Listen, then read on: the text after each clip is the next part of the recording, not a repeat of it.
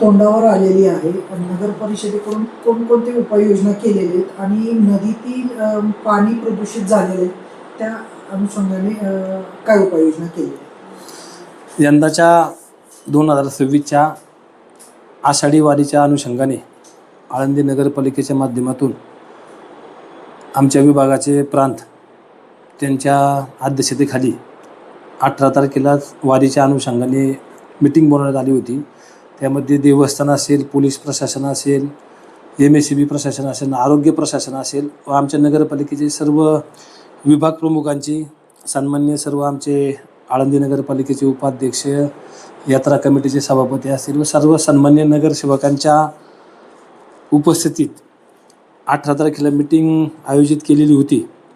त्या माध्यमातून आरोग्य विभाग असेल, पाणी पुरवठा असेल, बांधकाम असेल, विद्युत विभाग असेल, आपत्ती व्यवस्थापन असेल, अतिक्रमण असेल आणि सामान्य प्रशासन असेल, या सर्व विभागांना त्यांच्या जबाबदाऱ्या त्या ठिकाणी सांगितलेल्या आहेत आणि 2 तारखेपर्यंत आपापल्या विभागाने सर्व कामे त्या ठिकाणी मार्गी लावायच्यात अशा त्या ठिकाणी सूचना दिलेल्या आहेत.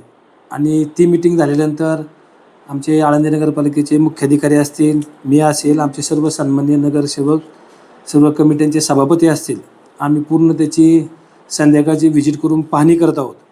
त्यामध्ये आरोग्य विभागाच्या माध्यमातून येणाऱ्या वारकऱ्यांना चांगल्या प्रकारची सोय व्हावी, त्या माध्यमातून कुठल्याही पद्धतीचा कचरा रोडवरती दिसणार नाही, घंट्यागाड्या त्या ठिकाणी वेळेवरती जातील, मनुष्यबळ देखील त्या ठिकाणी वाढवण्यात आलेलं आहे. 1800 मोबाईल टॉयलेट, त्याच्यामध्ये लाईट असेल, पाणी असेल, त्याची देखील 24 तास सेवा देण्याचं काम त्या ठिकाणी केलेलं आहे. पाणी पुरवठ्याच्या विभागाच्या माध्यमातून 24 तास चांगल्या पद्धतीचं स्वच्छ पाणी येणाऱ्या वारकऱ्यांना, भाविकांना मिळेल, त्याची देखील दखल त्या ठिकाणी घेण्यात आलेली आहे. आणि इंद्रायणी नदीच्या माध्यमातून बोलायला गेलं तर आंध्रा धरणातून त्या ठिकाणी 4 तारखेपर्यंत पाणी सोडायला सांगितलेलं आहे. परंतु आता 2 दिवसापूर्वी चांगल्या पद्धतीचा पाऊस झाला आणि निश्चितच गेले 6 महिने झाले नगरपालिका, ग्रामस्थ आणि देवस्थानच्या माध्यमातून दर एकादशीला इंद्रायणी स्वच्छता मोहीम त्या ठिकाणी आम्ही हातात घेतलेली आहे. आणि आत्ता देखील एक 8-10 दिवस नगरपालिकेच्या माध्यमातून त्या ठिकाणी नदीमध्ये पॉकलँड JCB उतरून पूर्णपणे गाळ काढण्याचं देखील त्या ठिकाणी काम पूर्ण केलेलं आहे. परंतु वरच्या भागातून काही MIDCच्या कंपन्यांमधून केमिकलयुक्त पाणी सोडण्यात येतं, त्याच्यामुळे आत्ता जी फेसाळलेली परिस्थिती आहे ती वरतून सोडलेल्या पाण्यामुळे झालेली आहे. निश्चितच याच्यावरती पण आम्ही लवकरात लवकर महाराष्ट्र प्रदूषण मंडळाच्या सोबत एक मीटिंग लावणार आहे. त्यामध्ये त्यांना ही तक्रार देखील त्या ठिकाणी करणार आहे. अतिक्रमण विभागाच्या माध्यमातून पालखी महामार्ग जो असतो त्यामध्ये कोणत्याही वारकऱ्याला, भाविकाला त्रास होऊ नये, त्या ठिकाणी अनधिकृत अतिक्रमणं जे आहेत ती त्या ठिकाणी काढण्यात येत आहे. पोलीस प्रशासनाला चांगल्या पद्धतीचं सहकार्य मिळावं, त्या अनुषंगाने नदी घाट परिसर असेल, प्रदक्षिणा रस्ता असेल, त्या ठिकाणी चांगल्या दर्जाचे CCTV बसवण्याचे काम देखील चालू आहे. घाटावरती कायमस्वरूपीचे 68 CCTV कॅमेरे त्या ठिकाणी लावण्यात आलेले आहेत. प्रदक्षिणा रस्त्यावरती तात्पुरत्या यात्रेच्या स्वरूपात लावलेले आहे. त्याचं सर्व लाईव्ह हे पोलीस स्टेशनच्या त्यांच्या सर्व रूममध्ये त्या ठिकाणी दाखवण्यात येणार आहे.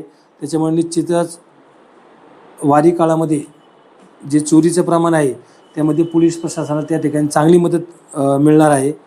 आपत्ती व्यवस्थापनच्या माध्यमातून NDRF असेल, आमच्या नगरपालिकेचे अग्निशामक असेल, त्यांना देखील त्या पद्धतीच्या सूचना दिलेल्या आहेत. गेले 2-3 दिवस झाला आपण पाहतोय पावसाची त्या ठिकाणी शक्यता आता जास्त होत आहे. येणाऱ्या काळामध्ये पूर परिस्थिती जर निर्माण झाली तर त्या ठिकाणी देखील नगरपालिकेच्या माध्यमातून आपत्ती व्यवस्थापनाचं काम चांगल्या पद्धतीने तिथं होणार आहे, याची देखील दखल घेतलेली आहे. आणि देवस्थानच्या माध्यमातून आळंदी देवस्थानच्या माध्यमातून मंदिरामध्ये जी काही संख्या जास्त प्रमाणात असते त्याच्यावरती देखील कंट्रोल करण्याचा प्रयत्न देवस्थानच्या माध्यमातून त्या ठिकाणी होत आहे. तसेच आमच्या नगरपालिकेच्या माध्यमातून येणाऱ्या भाविकांना सगळ्या प्रकारच्या सुखसुविधा चांगल्या प्रकारे मिळण्याचं काम आम्ही सर्व त्या ठिकाणी नगरसेवकांनी आणि आमच्या पालिका प्रशासनाने हातात घेतलेलं आहे. आज आमचा परत त्या ठिकाणी पाहणी दौरा आहे. दिनांक 2 तारखेला या पूर्ण कामाची आढावा बैठक आम्ही नगरपालिकेमध्ये घेणार आहे. प्रत्यक्ष जाऊन ते काम पूर्णत्वास झालेलं आहे का नाही ते देखील त्या ठिकाणी पाहणार आहे. आणि आपल्याला एक सांगू इच्छितो की येणारी वारी, कारण की गेले 4 वर्ष नगरपालिकेमध्ये प्रशासन होतं, प्रशासनाच्या माध्यमातून देखील चांगली वारी होती.